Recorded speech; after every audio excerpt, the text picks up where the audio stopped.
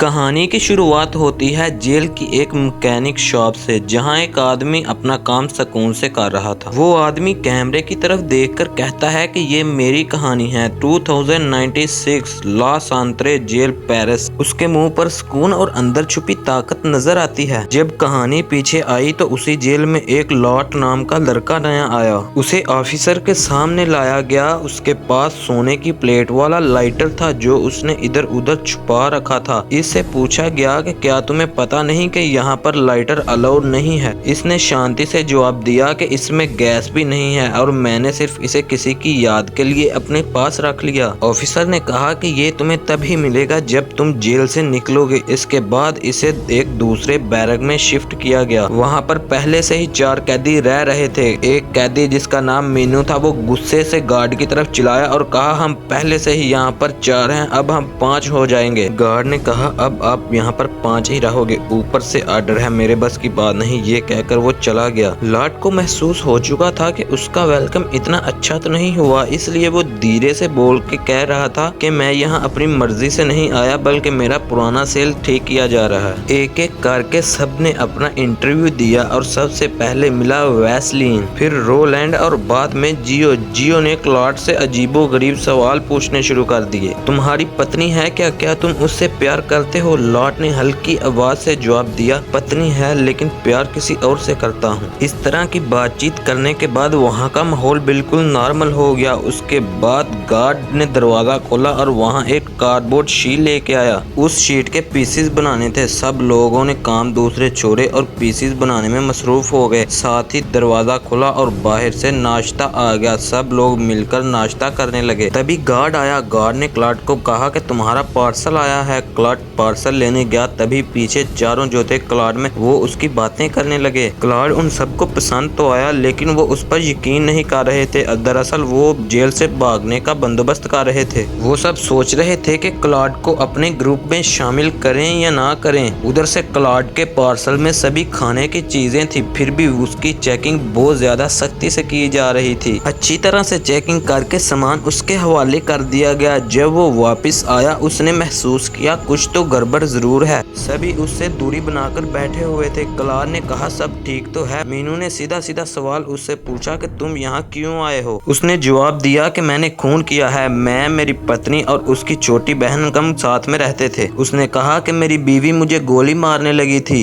मैंने उसे बंदूक छीनने की कोशिश की, लेकिन गलती से उसके कंधे के ऊपर एक फायर लग गया। उसने मुझ पर जान से मारने का इल्जाम लगाया। ये सुनकर वो हैरान रह गए। कहने लगे कि एक पत्नी अपने पति के साथ ऐसा कैसे करती है? जियो ने पूछा, क्या तुम्हारी पत्नी अमीर है? वो सर हिलाकर कहने लगा, हाँ है तो अमीर। उसने कहा कि मेरा अफेयर उसकी छोटी बहन निकोल के साथ था। ये जानकर वो सब हंसने लगे और समझ गए कि उसने क्यों मारने की कोशिश की। मीनू ने लॉर्ड से कहा, क्या तुम वापस बाहर जा सकते हो? इस पर वो खामोश रहा। साथ ही मीनू ने अपना सारा किस्सा उसके सामने रखा और उसने कहा कि हम जेल से भागने वाले हैं और तुम भी इसका हिस्सा बन सकते हो। मीनू ने बताया कि वो पहले भी 3 बार भाग चुका है। इस पर क्लाउड बहुत ज्यादा हैरान हुआ और कहने लगा, मैं कितना खुशकिस्मत हूँ कि आप जैसे दोस्त मुझे मिले। क्लाउड ने पूछा कि कब भागना है? रोलन ने जवाब दिया कि सुबह, अंधेरे में काम नहीं चलेगा। सुबह के वक्त जेल के बाहर से शोर आ रहा था। ये शोर उन्होंने अपने प्लान के हिसाब से मौके में लिया। उसी शोर को प्लान का हिस्सा बनाते हुए उन्होंने अपने प्लान को आगे बढ़ाया और कहा, सुबह जब भी ऐसा शोर होगा तो कार्डबोर्ड के नीचे से हम खड्डा खोदेंगे। इन सब ने भागने की फुल नियत कर ली। थोड़ी देर बातचीत करने के बाद मानो ये सब तो ऐसे चिल कर रहे थे जैसे कुछ हुआ ही नहीं और इन्होंने कोई प्लान ही नहीं बनाया। रात के अंधेरे में वैसलीन और क्लाउड बैठकर जिंदगी की बातें कर रहे थे। वैसलीन ने क्लाउड से उसकी पर्सनल जिंदगी के बारे में पूछा। क्लाउड ने बताया कि उसका बचपन बहुत ज्यादा दुख भरा था। उसकी माँ तो तभी गुजर गई जब वो छोटा था और उसके 5 साल बाद एक कार एक्सीडेंट में उसने अपने बाप को भी खो दिया। उसके बाद वो अपनी दादी से ही पला भरा। उसके बाद वो दोनों सो गए। सुबह होते ही रोलैंड सबसे पहले उठा और गार्ड भी सबसे पहले सारे दरवाजे खोलकर उन्हें सुबह की कॉफी देने लगे। रोलैंड ने कॉफी लेकर सबके आगे काफी पेश की। उसके बाद रोलैंड ने एक दीवार के पास गया और वहाँ से शीशा लेकर शीशे से उखाड़ने लगा। वो शीशा रोलैंड ने खुद ही दीवार में रखा हुआ था। शीशा लेने के बाद रोलैंड ने शीशे को तोड़ा और एक टुकड़ा अपने पास रख लिया और बाकी टुकड़े टॉयलेट में छुपा दिए। उसके बाद जेल के 2 गार्ड आए ताकि वो इन सब की तलाशी ले सकें। उस जेल में चेकिंग रूटीन से होती थी, इसलिए रोलैंड ने वो शीशे का टुकड़ा अपने मुंह में छुपा लिया। उसने मुंह में शीशा छुपा लिया। उसके बाद गार्ड ने पूरे सेल की तलाशी ली। तलाशी लेने के बाद वो चले गए। जैसे ही उसने देखा कि गार्ड्स चले गए हैं, उसने मुंह से शीशा निकाला और ब्रश के हैंडल से जोड़ा। साथ ही उसने दरवाजे में एक सुराख में वो डाला और बाहर का सारा नजारा देखने लगा। लॉर्न ने कहा, अगर तलाशी हो ही गई है तो हम अपना काम शुरू करें। लॉर्नर की ड्यूटी यही लगाई गई कि वो बार बार बाहर से देखे कोई आया तो नहीं। उसने पूरी होशियारी से बाहर ध्यान रखा। उसके बाद लॉर्नर ने एक चेयर का मजबूत पार्ट खोला। उस पार्ट को के बाद वो भारी पार्ट लोहे का था। उसको वो खुदाई के लिए इस्तेमाल करने वाले थे। उन्होंने अपना खुदाई का काम शुरू किया और कार्डबोर्ड को साइड पर रखा। नीचे रखे हुए कपड़े को भी साइड पर किया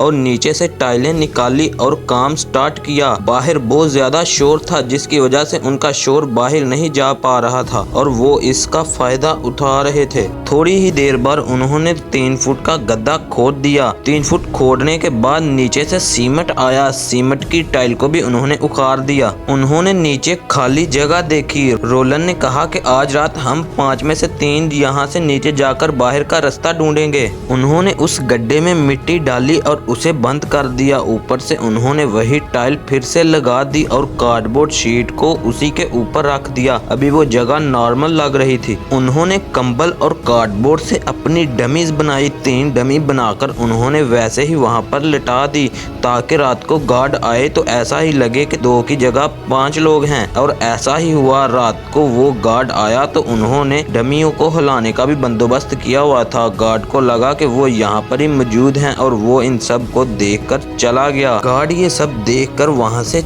चला गया। उसके बाद लोनर ने देखा। उसके बाद लोनर गया और वही पेन को पकड़कर उसने दरवाजे के सुराख से बाहर देखा। बाहर का निजाम बिल्कुल सही था। पीछे से दूसरे ने एक ब्लेड निकाला जिसको वो कटिंग बोर्ड की तरह इस्तेमाल करने वाले थे। उसके बाद मीनू और रोलैंड गड्ढे से नीचे उतर गए। वो नीचे उतरे तो पूरा सीवरेज का सिस्टम था। सामने एक जाली थी जिसको उन्होंने उसी ब्लेड से काटा और वो वहां से निकल गए। उन्होंने देखा कि वो जेल की बेसमेंट में आ गए हैं। बेसमेंट में आकर उनके सामने बहुत ज्यादा दरवाजे थे। उनमें से एक दरवाजा सीवरेज सिस्टम की तरफ जा रहा था।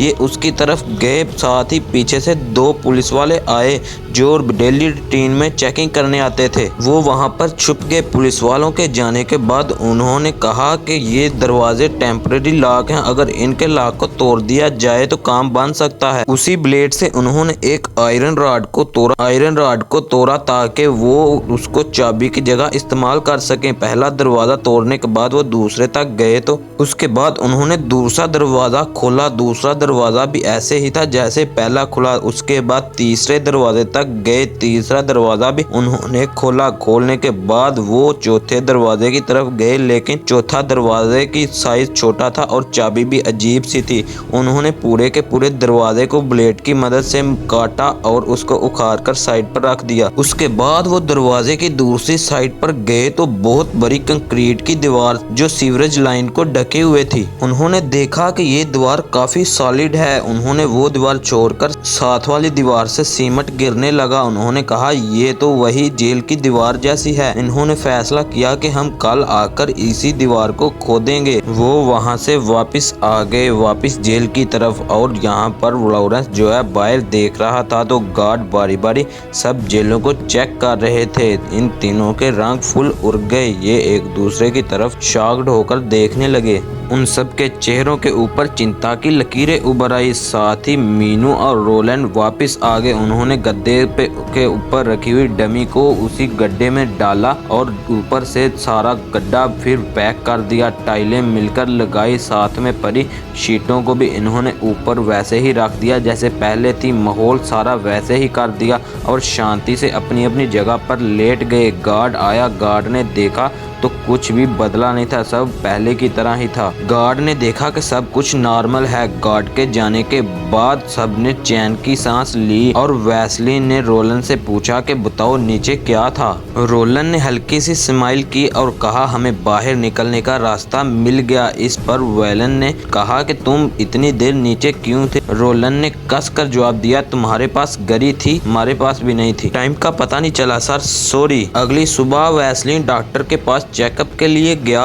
उसने डॉक्टर का ध्यान भटकाया और बड़ी होशियारी से वहां पर 2 ग्लासेस की बोतल उठा ली। आते वक्त उसने ड्रम में से थोड़ी सी रेत भी अपनी पॉकेट में डाल ली। आकर उसने बोतलें सबको दिखाई तो सब समझ गए कि ये एक टाइमर बनाने वाला है। ये टाइमर इसने बनाया जिसका टाइम 30 मिनट था ताकि पता चले कि 30 मिनट हो चुके हैं। उसके बाद वो उसी क्लॉक को अपने साथ नीचे ले गए ताकि वो हर आधे घंटे बाद वापस आ सकें ताकि कोई गड़बड़ ना हो। उन्होंने उस क्लॉक को वहाँ साइड पर रखा और दीवार को तोड़ना शुरू कर दिया और ठीक आधे घंटे के बाद वो वापस फिर टनल में आ गए। उसके बाद जब लॉर्ड और मीनू नीचे टनल में काम कर रहे थे तब जियो और रोलैंड ऊपर थे। जियो ने रोलैंड से कहा कि मैं तुम्हारे साथ नहीं भागना चाहता। रोलैंड थोड़ा हैरान हुआ। कुछ देर बाद रोलैंड ने उसे पूछा क्यों नहीं तुम भागना चाहते। जियो ने जवाब दिया कि मेरी सिर्फ इस दुनिया पर मेरी एक ही माँ है, लेकिन वो माँ भी बहुत ज्यादा परेशान और बीमार है। अगर मैं यहाँ से भाग गया तो पुलिस वाले सीधा मेरी माँ के पास जाएंगे। इससे मेरी माँ को बहुत ज्यादा टेंशन होगी और अगर मेरी माँ ना रही तो मैं कहाँ जाऊँगा, मैं क्या करूँगा। उस रात जियो और रोलैंड नीचे जाकर दीवार को तोड़ रहे थे। दीवार बहुत ज्यादा सॉलिड थी। जियो ने हिम्मत ना हारी, वो मारता रहा, लेकिन कुछ देर बाद खोदने के बाद आगे दीवार और भी सॉलिड थी। जियो ने हिम्मत ना हारी। जियो और जोर से और जान से उसे तोड़ता रहा। जियो उसे तोड़ ही रहा था कि ऊपर से बहुत ज्यादा मलबा गिरा और वो दोनों फंस गए। उन्होंने बड़ी मुश्किल से वहां से जान बचाई और वापस आए जेल में। वहां पर आगे नहाए ताकि पुलिस वालों को शक न हो। अगले दिन सुबह होते ही गार्ड आया और गार्ड क्लॉड को कहने लगा कि तुमसे मिलने कोई आया है। क्लॉड उसको मिलने गया तो वहाँ उसकी पत्नी की छोटी बहन निकोल थी। क्लॉड ने पूछा क्या तुम अभी भी उसके साथ ही रहते हो। निकोल ने बोला हाँ, जितना मैं उसका हक था उतना ही मेरा भी उस घर में हक है और मैं वहाँ पर ही रहती हूँ। निकोल ने कहा कि तुम्हारी बीवी अभी भी तुमसे उतना ही प्यार करती है जितना पहले करती थी। तुम उससे बात करो, वो तुम्हारा केस शायद हल कर ही दे और तुम्हें माफ कर दे। इससे सख्ती से लॉर्ड ने कहा नहीं, मेरी बात हो चुकी है। लेकिन उस बीवी की बहन निकोल ने कहा एक दफा तुम कोशिश तो करो। निकोल ने क्लाउड से कहा कि मैं इंग्लिश सीखने दूसरी कंट्री जा रही हूँ, मेरे आने तक तुम बाहर आ जाओगे। क्लाउड ये सुनकर विजिटिंग रूम से चला गया। वो बहुत गुस्से से अपने टनल में वापस चला गया। रात को सारे मिलकर नीचे जाने की तैयारी कर ही रहे थे। अचानक से 2 गार्ड आए और इनकी तलाशी लेने लगे। उन्होंने इधर उधर हर चीज चेक की। इनके रंग उड़ गए, ये बहुत परेशान थे। इनके पसीने छूट गए। बीच में से एक बोल के कहा क्या तुम्हें हम पर यकीन नहीं। इन्होंने कहा गार्ड्स ने कि आपका कार तो अच्छा है लेकिन ड्यूटी तो ड्यूटी है। एक गार्ड नीचे पड़े कपड़े कागज हर चीज चेक करने लगा। फिर अचानक साथ वाले टनल से आवाज आई। उसने कहा यहाँ कुछ गड़बड़ लग रही है। वो गार्ड जल्दी से वहां गया। इन जान छूट गई। गार्ड्स गए तो ये बहुत ज्यादा खुश हुए। गार्ड्स के जाते ही इन्होंने एक दूसरे का मुंह देखना शुरू कर दिया और आपस में बातें करने लगे और कहने लगे कि अब मौका कम है, अब सिर्फ यही मौका है हमारे पास, हमें जल्दी करनी पड़ेगी। 2 जो पहले जाते थे वही 2 नीचे गए और जाके तो सुराख करने लगे। काफ़ी ज़्यादा मेहनत के बाद इन्होंने थोड़ा सा सुराख किया। सुराख दीवार बहुत ज़्यादा मजबूत थी। आखिरकार इन्हें दूसरी तरफ से रोशनी दिखाई देने ही लगी। ये बहुत ज़्यादा ही खुश हो गए। इन्होंने बाहर जाकर देखा तो आगे एक और सीवरेज लाइन थी। ये उस लाइन में गए। लाइन में जाने के बाद इन्होंने देखा कि एक लोहे का दरवाजे के ऊपर एक ढक्कन लगा हुआ है। इन्होंने ढक्कन उठाया तो सामने जेल की दीवार थी जो जेल की बैक साइड पे थी। सामने बिल्डिंग नजर आ रही थी। ये दोनों खुश होकर वापस आए और आके इनको बताया और इन्होंने फैसला किया कि हम जल्द ही निकलेंगे यहाँ से। वो बहुत ज्यादा खुश हुए। उन्होंने आकर सबको बताया। सबके सब बहुत ज्यादा खुश हुए। वो आपस में भागने की प्लानिंग और अपने सुपने बताने लगे। बीच में से लॉर्ड ने कहा कि मैं तो बाहर नहीं जाऊंगा। सब ने उसकी वजह पूछी। उसने कहा कि मैं पहले ही इसको बता चुका हूँ, जाते वक्त सारी कहानी इससे पूछ लेना। तभी एक गार्ड आया। गार्ड ने लॉर्ड को कहा कि जल्दी आओ, तुम्हें ऑफिसर बुला रहे हैं। उसने अपना कोट डाला और चला गया। दूसरों ने गार्ड से पूछा कि क्यों इसे ले जा रहे हो। उसने कहा कि मुझे बताने की ज़रूरत नहीं। लॉरेन ने कोट पहना और चला गया ऑफिसर के पास। जब ऑफिसर के पास गया तो ऑफिसर ने इससे बड़े अदब से सवाल पूछा कि तुम कौन से केस में यहाँ आए हो। इसने बताया कि मैं ऐसे अपनी बीवी पर गोली चलाना नहीं था चाहता, लेकिन गलती से चल गई तो जिसकी वजह से उसके कंधे के ऊपर गोली लगी। ऑफिसर ने पूछा कि क्या तुम्हारी बीवी तुम्हें छुड़ाने क्यों नहीं आई, तो इस पर उसने जवाब दिया मुझे नहीं पता। तो ऑफिसर ने कहा कि मुबारक हो, तुम्हारे ऊपर से जितने भी केस थे तुम्हारी बीवी ने हटा दिए और तमाम चार्जेस भी हटा दिए। ऑफिसर ने कहा कि 1-2 दिन तक सारी तहकीक करके तुम्हारे हक में अगर फैसला आ गया तो तुम्हें आज़ाद कर दिया जाएगा। ये सुनकर वो हैरान रह गया। आज रात उसके साथी भी भागने वाले हैं। यही सोच कर वो बहुत ज्यादा परेशान था। ऑफिसर ने कहा तू तो छूटने वाला है ना साले, तू क्यों परेशान है। वापस आया तो उसका चेहरा परेशान था। उसने बताया कि उसकी बीवी ने तमाम चार्जेस हटा दिए हैं। वैसलीन ने पूछा क्या तुम अब हमारे साथ नहीं भागोगे। लॉर्ड ने हंसकर कहा नहीं, मैं तुम्हारे साथ ही जाऊंगा। अगर मेरी बेल ना हुई तो मैं 5 साल इसी जेल में जलूंगा, इसीलिए मैं तुम्हारे साथ ही जाऊंगा। ये सब सुनकर वो बहुत ज्यादा परेशान भी हुए और खुश भी हुए, लेकिन मीनू अभी भी उस पर शक कर रहा था। मीनू ने इसे जोर से गलमा पकड़कर हिलाया, लेकिन लॉर्ड ने कहा मैंने तुम्हें दोस्त माना और तुम मुझ पर शक कर रहे हो। उसने जब ये बात की तो सब उसके ऊपर भरोसा करने लगे। सब ने उससे माफी मांगी और उससे रिक्वेस्ट की और उससे खुश हो गए। रात को उन्होंने तैयारी की। एक वहां पर मीनू खड़ा होकर उनकी निगरानी कर रहा था और बाकी निकलने की तैयारी कर रहे थे। थोड़ी देर बाद जब उसने देखा तो गार्ड बहुत ज्यादा इकट्ठे हो गए। उसने आवाज दी रुको, बाहर गार्ड हैं। इससे सब उसके ऊपर ही शक करने लगे। क्लाउड की तरफ सब आंखें फाड़कर देख रहे थे। क्लाउड खुद बहुत ज्यादा परेशान था। क्लाउड ने कहा मैं नहीं चाहता था कि ये सब हो। सारे के सारे क्लाउड के ऊपर टूट पड़े। इतनी देर में सारे गार्ड आ गए और उन्होंने सबको पकड़ लिया। एक ने इनका जाने का रास्ता देखा और हैरान रह गया। इन्होंने क्लाउड को एक साइड पर किया, दूसरे टनल में सब इसे आंखें फाड़ के देख रहे थे। क्लाउड कोई बात किए बगैर दूसरे टनल में चला गया और कहानी यहाँ पर ही खत्म हो गई। अगर आपको मेरी ये वीडियो अच्छी लगी अपने घर में सबको दिखाना। Bye bye.